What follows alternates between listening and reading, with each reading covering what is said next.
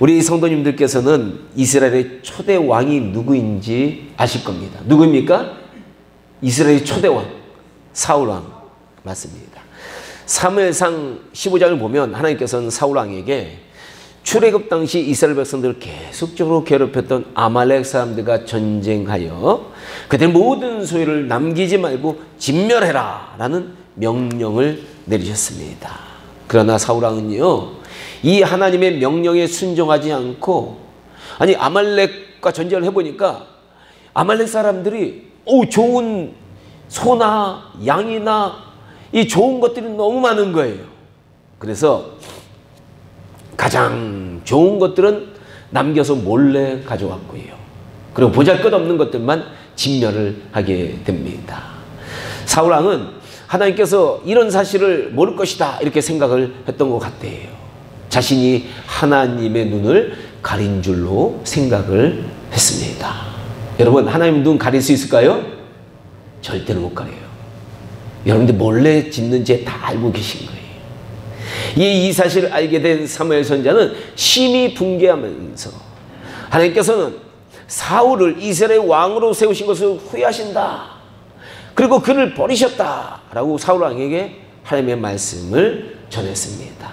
그리고 사무엘상 15장 23절부터 이렇게 말을 합니다.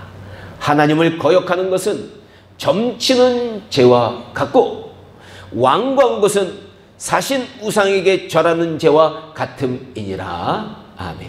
그렇습니다. 하나님 앞에서 완고한 것은요, 사신 우상, 사신 뭡니까? 사악한 신이거든요. 즉 악한 우상에게 절하는 죄와 똑같다고 사무엘 선지자는 말했습니다. 즉 하나님 앞에서 완고하다는 것은 우상을 섬기는 멸망받을 세상 사람의 죄와 똑같다라는 그런 말씀입니다. 그만큼 하나님 앞에서 완고한 것은 큰 죄다라는 것을 사무엘 선지자는 우리에게 얘기하고 있다라는 거예요. 그래서 오늘 보면 13절과 15절에서도요, 반복해서 두 번이나 반복해서 그 짧은 구절에서 이렇게 얘기합니다. 완고하지 말라. 우리 믿는 자들에게 이렇게 경고하고 있다라는 거예요. 원래 이 완고하다라는 단어는 그 의미는 지난주에도 우리가 나눈 대로 그 마음이 딱딱하게 굳는 상태를 말합니다. 간이 간경화 걸리면 딱딱해지잖아요. 그것처럼 하나님 앞에서 우리의 마음이 딱딱해진 상태를 성경은 완고하다라고 얘기하는 겁니다.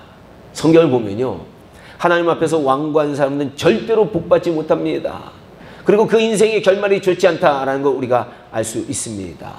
아니 동생 이제 아벨을 죽인 가인도 보니까요, 동생을 죽이고 하나님이 그걸 아시고 가인아 너 동생 아벨이 어디 있느냐 이렇게 하나님의 말씀에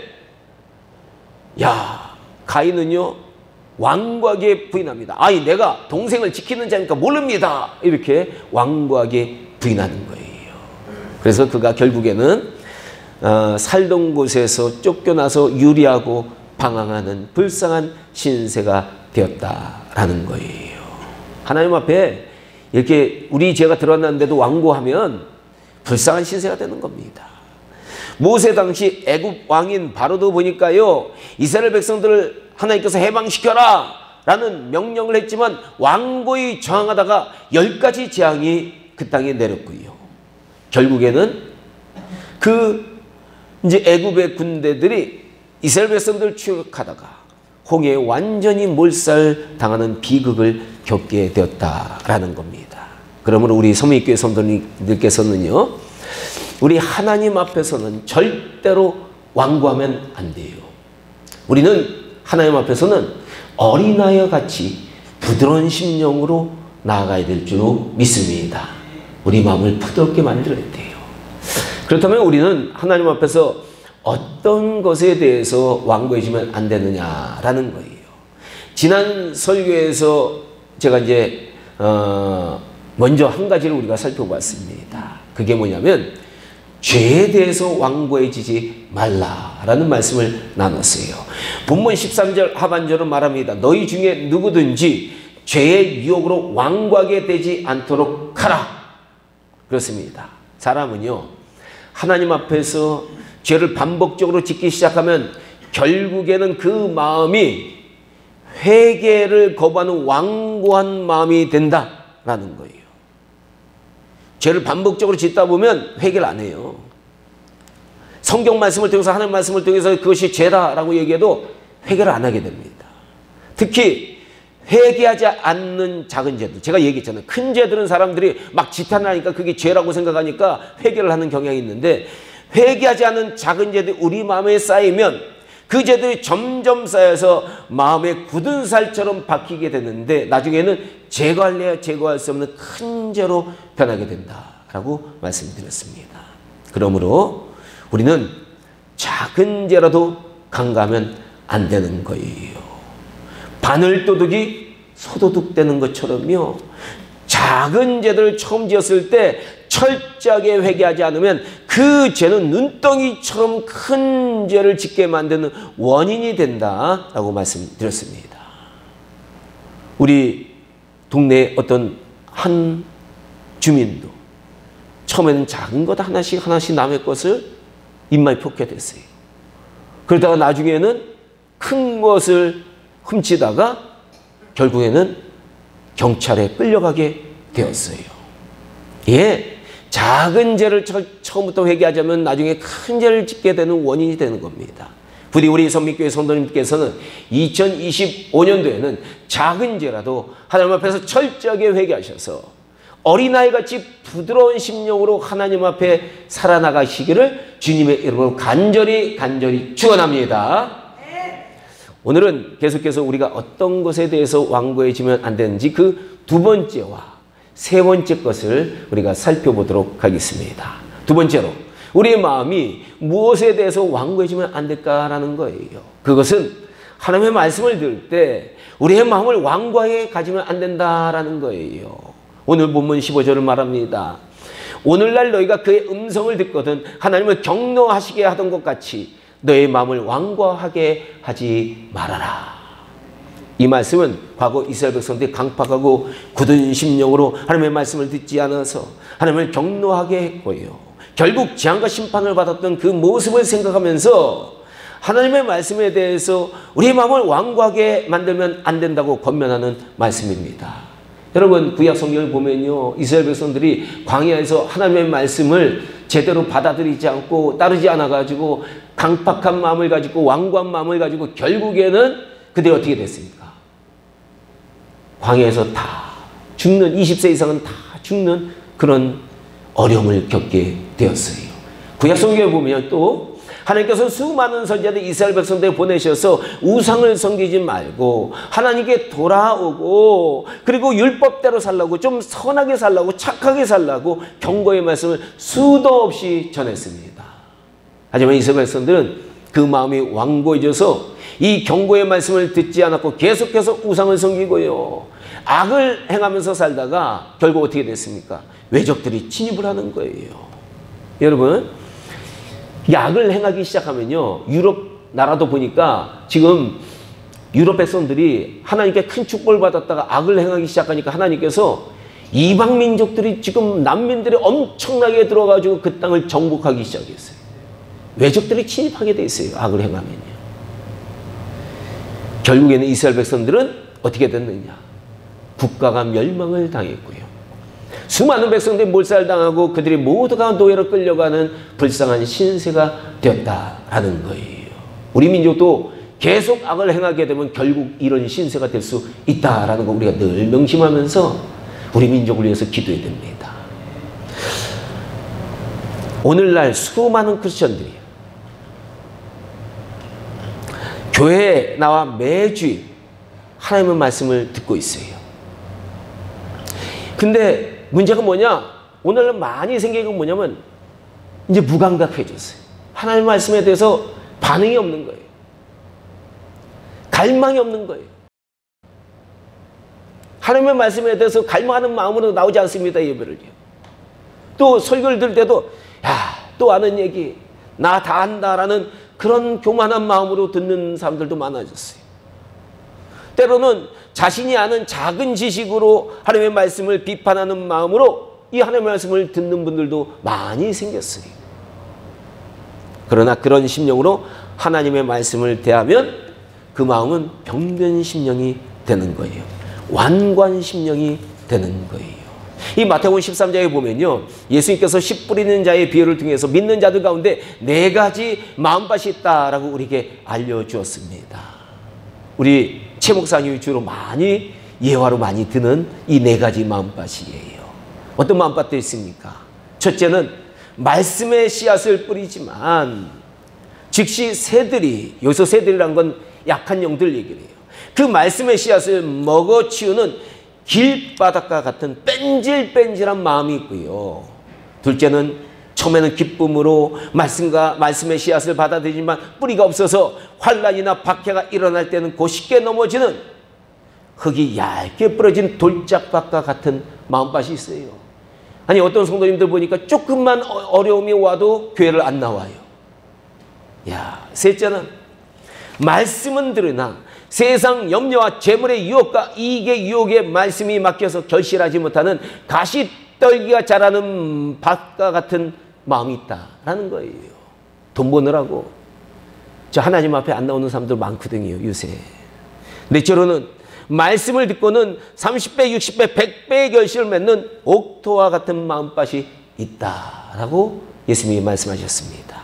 바로 이 4가지 마음 중에요, 가장 나쁜 마음밭이 뭘까요? 아예 처음부터 말씀이 튕겨져 나가는, 그래서 악한 영들이 이 말씀을 먹어버리는 길바닥과 같은 뺀질뺀질한 마음밭이 가장 나쁜 마음밭이다 라고 할 수 있어요. 이 길바닥과 같은 마음밭을 우리는 뭐라고 얘기할 수 있냐? 완고한 마음밭이다 라고 말할 수 있습니다. 이 뺀질뺀질한 마음밭에는요, 소달구지가 지나가고요, 트랙터가 지나가고요, 경운기가 지나가고요, 자동차가 지나가고요, 사람들을 밟고 지나서 딱딱하게 굳어진 마음밭으로 절대로 하나님의 말씀을 순전하게 받아들이지 못하게 된다라는 거예요. 그래서 그 삶이 말씀대로 살지 못합니다. 하나님의 말씀을 순전하게 받아들여야만 우리는 하나님의 말씀대로 살아가는데, 하나님의 말씀대로 하나님의 말씀을 순전한 어린아이 같은 심령으로 받아들이지 못하니까 아름다운 결실을 맺지 못한다라는 거예요. 그러므로 새로운 2025년도 시작한 우리 성민교회 성도님들은 이 새해는요, 하나님의 말씀에 대해서 어린아이처럼 부드러운 마음으로 반응하시길 주님의 이름으로 축원합니다. 하나님의 말씀에 대해서는 부드럽게 반응하는 사람이 복받는 거예요. 새해는 하나님의 말씀을 여러분들 더욱 간절히 사모하시고요, 그 말씀대로 살아가시기를 주님의 이름으로 다시 한번 축원합니다. 축원합니다. 셋째로요,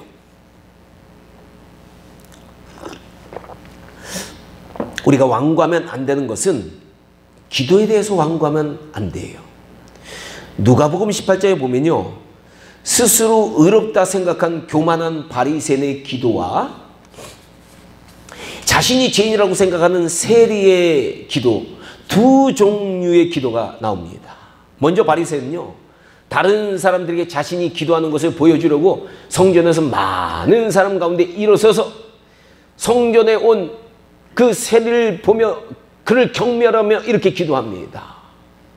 하나님이, 나는 저 세리같이 저런 음란한 것을 좋아하고 불의하고 간음하고 로마의 앞잡이로 사람들의 세금을 과도하게 거두는 세리와 같지 않음을 감사합니다. 저는 일주일에 2번씩 금식하고요, 소득의 11조를 하나님께 드리니 감사합니다. 이렇게 바리새인은요, 자신의 신앙생활이 다른 사람에 비해서 떳떳하다고 큰 목소리로 기도를 했어요. 다른 사람이 자신의 기도를 들으라고 외치면서 기도를 한 거예요. 반면에 이 로마의 앞잡이로 유대인들의 세금을 거두는 세리는요, 성전에 있는 사람들로부터, 사람들이 다 외면하니까 저기 멀리 떨어져 가지고 서서 눈을 감히 들지도 못하는 거예요. 사람들이 째려보죠. 그러니까 눈도, 제2식의 눈도 하늘로 바라보지도 못하고 가슴을 치면서 애통하면서 이렇게 기도를 합니다. 하나님이여, 저를 불쌍히 여기소서. 저는 죄인입니다. 이렇게 기도를 하는 거예요. 그런데 예수님께서는요, 이 두 사람의 기도 중에 누구 기도가 하나님 받으셨다라고 얘기를 하셨어요? 자신은 죄인이라고 애통해하며 기도하는 세리의 기도를 하나님께서 옳다라고 받으셨다라고 우리에게 얘기해 주셨다라는 거예요. 야, 우리가 이럴 때 많거든요. 이렇게 남들을 비판할 때 많이 있어요. 우리의 잣대로요. 시편 51편 16절부터 다윗은 이렇게 말했습니다. 주께서는 제사를 기뻐하지 아니하시나니 그렇지 아니하면 내가 제사를 드렸을 것이라. 주는 번제를 기뻐하지 아니하시나이다. 하나님께서 구하시는 제사는 상한 심령이라. 하나님이여 상하고 통회하는 마음을 주께서 멸시하지 아니하시리라. 아멘. 아니, 하나님께서 제사 번제를 안 받으신대요. 그러면 예배 안 받으신다는 얘기예요? 그 얘기가 아니에요. 외식적으로 드리는 제사, 마음이 담기지 않은 제사, 이 예배 안 받으신다는 거예요. 하나님께서는 기뻐 받으시는 예배와 기도는 상하고 통회하는 마음으로 드리는 예배와 기도고요. 깨지고 바스러진 심령으로 눈물 흘리며 드리는 것을 받으신다라는 거예요. 그런 심령이 바로 부드러운 심령이다라고 성경은 얘기하고 있습니다. 반면에 완고한 심령은요, 하나님께 기도할 때 상한 마음을 실지 못해요. 진실함과 간절함을 기도에 실지 못합니다. 그저 사람들 보이기 위한 기도만 하게 된다라는 거예요. 우리 선민교회 성도님께서는요, 이제 2025년도에 기도하실 때는 바리새인들처럼 사람들에게 보이려고 외식하는 기도를 절대로 하지 마시고 이거 조심해야 돼요. 그런 기도는 하나님께서 안 받으신다는 거예요. 하나님은 우리의 상한 마음을 담은 기도, 진실함과 간절함을 담은 기도를 받으신다라는 겁니다. 하지만 우리가요, 자꾸 다른 사람들에게 보이려고 하는 기도를 자꾸 하다 보면 그런 기도는 그 사람의 심령을 서서히 완고하게 만들 수 있다라는 거예요. 그래서 사실은 대표 기도 많이 하는 분들이 문제가 생길 수 있어요. 사람들에게 보이려고 기도하다 보니까 하나님 앞에 올려드려야 되는데, 부디 우리 선민교회 성도님께서는 올해 기도하실 때 하나님께 우리의 기도가 직접 올라가고 있다라는 것을 생각하시면서 거기에 집중하셔야 되는 거예요. 다른 사람들 절대 의식하지 마시고요, 우리의 상한 마음과 진실하고 간절한 마음을 담아서 부드러운 심령으로 하나님께 기도하시기 바랍니다. 말씀을 정리하겠습니다. 2025년도를 새롭게 시작하는 우리는 하나님 앞에서 완고한 마음을 버리고요, 어린아이 같은 부드러운 심령으로 나아가야 돼요. 2025년에는 이제 마음이 닳고 달아가지고 감동이 없는 그런 마음으로 예배드리면 안 됩니다. 어린아이같이 간절히 사모하는 마음으로 하나님 앞에 예배드려야 되는 거예요. 특히 죄에 대해서 완고해지면 절대로 안 돼요. 그리고 말씀을 들을 때는 부드러운 마음으로 말씀을 들으셔야 돼요. 또한 기도할 때도 우리의 간절함과 진실함을 담아서 하나님 앞에 올려드려야 될 줄로 믿습니다. 부디 2025년도 새해는 이런 부드러운 심령으로 신앙생활을 다 해나가서 하나님 앞에 칭찬을 받고 이 예배는 너의 삶은 내가 받았다 라고 하는 그런 복된 한 해 되시기를 주님의 이름으로 간절히 축원합니다. 기도하겠습니다.